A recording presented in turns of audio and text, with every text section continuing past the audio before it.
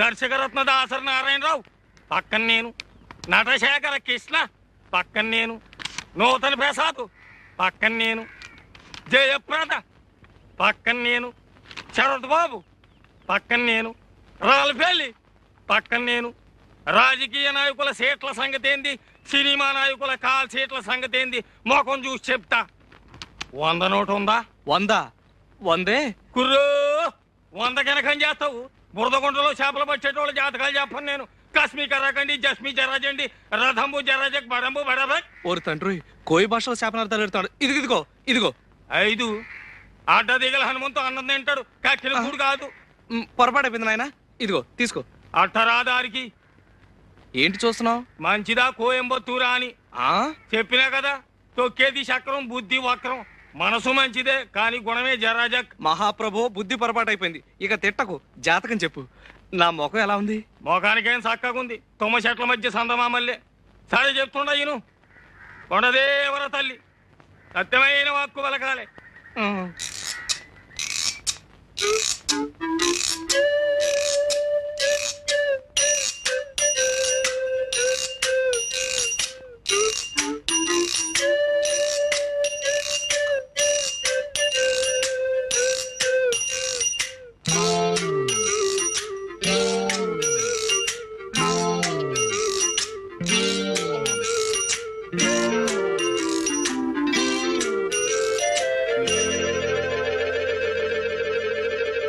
మంచి పెట్టనబొట్టు.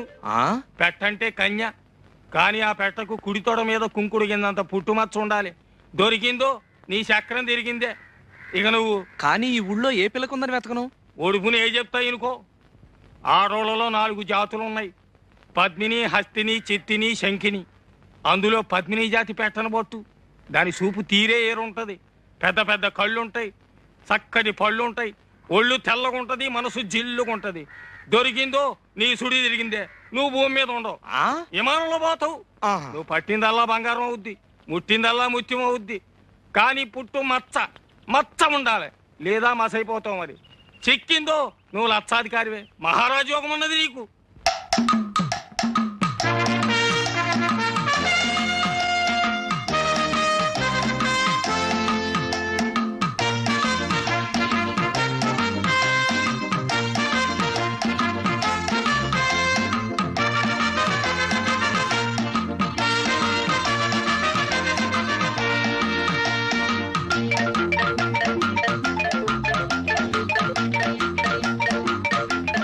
సీతారాముడు, ఈ రోజు నుంచి మన జాతక చక్రం మిషన్ చక్రం లాగా గిర్రం తిరిగిపోతుందిరా. ముందర నా కళ్ళు తిరుగుతున్నాయి.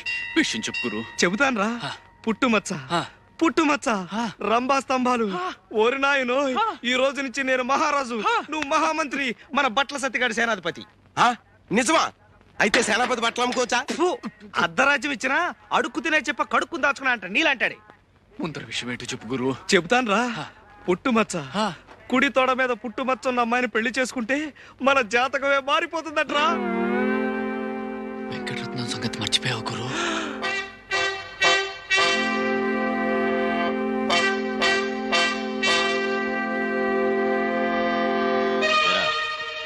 ఈ జట్కా సీనుగాడు తీసుకొచ్చిన సాక్ష్యాల దృష్ట్యా ఆ పిల్ల మీద చేయేసావని మరి ఇప్పుడు తేలింది. ఒప్పుకుంటావా? బాబు అమ్మో, ఆడపిల్ల గాలి సోకితేనే ఊపిరి తీసేస్తాడే. అలాంటిది పుట్టుమచ్చ కోసం ఆడపిల్లలు వెతికితే బతకనిస్తాడా? అవును. నోరు ముయిరా. ఇదిగో సుందరం, వెంకటరత్నం జైలు నుంచి రావడానికి ఇంకా 2 నెలలు టైం ఉంది. ఈ లోపున మచ్చన్న పిల్లని ఎతికి పెళ్లి చేసేసుకో. ఏడ్చావు. ఆ వెంకటరత్నం గారు జైల్లో ఉంటేనే వాడి శిష్యుడు సీనుగాడు పోలీస్ కుక్కలా ఈ ఊళ్ళో తిరుగుతూనే ఉంటాడు. ఆడి సంగతి నాకు వదిలేయి. ఆ సీనుగాడు నేను 2వ క్లాస్ 4 ఏళ్ళు కలిసి చదువుకున్నాం. ఆడు మనకు ఫ్రెండే కదా. అలాగా? అయితే ఓ సరుతు, నువ్వు మన కాంట్రాక్ట్ ఒప్పుకోవాలి. ఒప్పేసుకో గురు. ఒప్పుకోక సస్తామా? వసుదేవుడు అంత తోడే బట్టల సత్యంగాడు కాళ్ళు పట్టుకోవాల్సి వచ్చింది. అవును. అయితే నేను గాడిదా? చచ్చా, బట్టలు మోస్తున్నావు కనుక సరదాకలా అన్నాడు. సరదాకా? ఎవరికైనా సవటకి చెప్పరా? సర్లే, అవసరం నాది. ఒరే అబ్బాయి సుందరం, నేను జాకెట్ కొట్టిస్తాను. అది ఆ పిచ్చి సుందరికి. అదేనయ్యా ఆ వెంకటరత్నం సెల్లు ఏనుగు పిచ్చి సుందరికి ఓ మాంచి జాకెట్ ఒకటి కుట్టామనుకో, అది తొడుక్కొని ఏనుగు పిల్లల ఊరంతా తిరిగేస్తుంది. దాంతో మనకు మంచి అడ్వర్టైజ్మెంట్ వచ్చేస్తుంది. అంటే ఇటు నా గుడ్డలకి అటు నీ కుట్టు పనికి మంచి ప్రసారం వచ్చేసి ఊరు జనం అంతా వచ్చేసి మన మీద పడిపోతారు. అంటే అర్థం ఏంటన్నమాట, దాని పిచ్చిని కూడా మనం వ్యాపారంలో ఉపయోగించుకుంటున్నాం అన్నమాట. సుందరం, ఈ రైక ఎంత బాగుందో. కాస్త వదులైంది. ఆ మాత్రం వదులుండాలి, పెరిగే వయసేగా.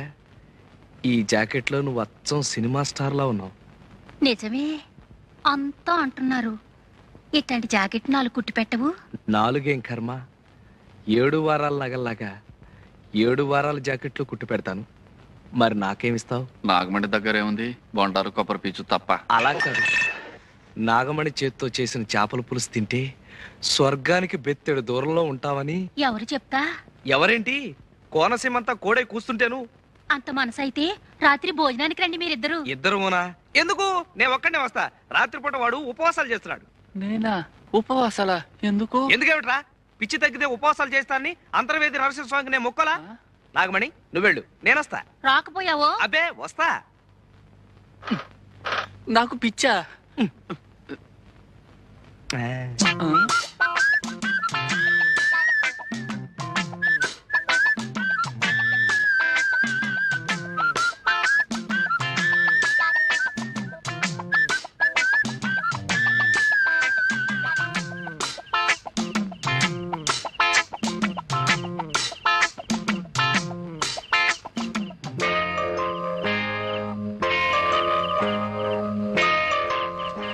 చంద్రుడి కోసం ఈ కలువు పువ్వు, చెమజచ్చ కోసం నేను.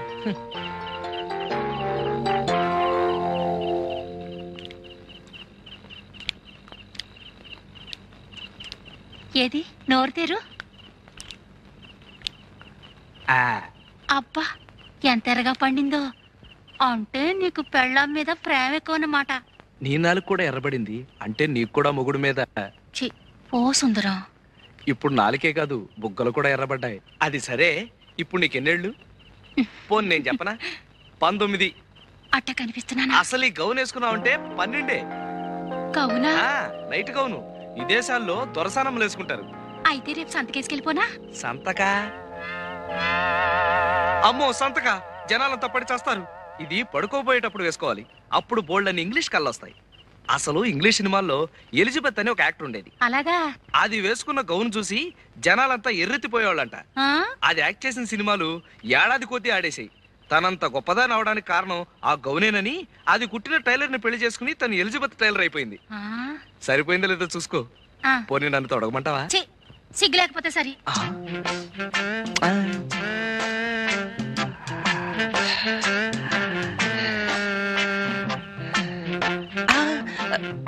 ఎందుకు వృధాగా ఆవేశపడ్డం? ఎలాగూ పల్చన గౌను వేసుకుని బయటకు వస్తుందిగా, అప్పుడు పుట్టుబచ్చ చూసేయచ్చు.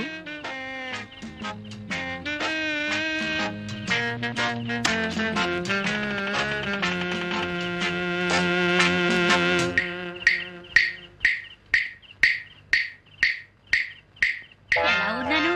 లోపలంగా వేసుకొచ్చావుగా, ఇంకా జమచచ్చేం కనిపిస్తుంది. ఆ? అదే ఎలిజబెత్ లా మాత్రమేనో టైలర్ లా లేవని.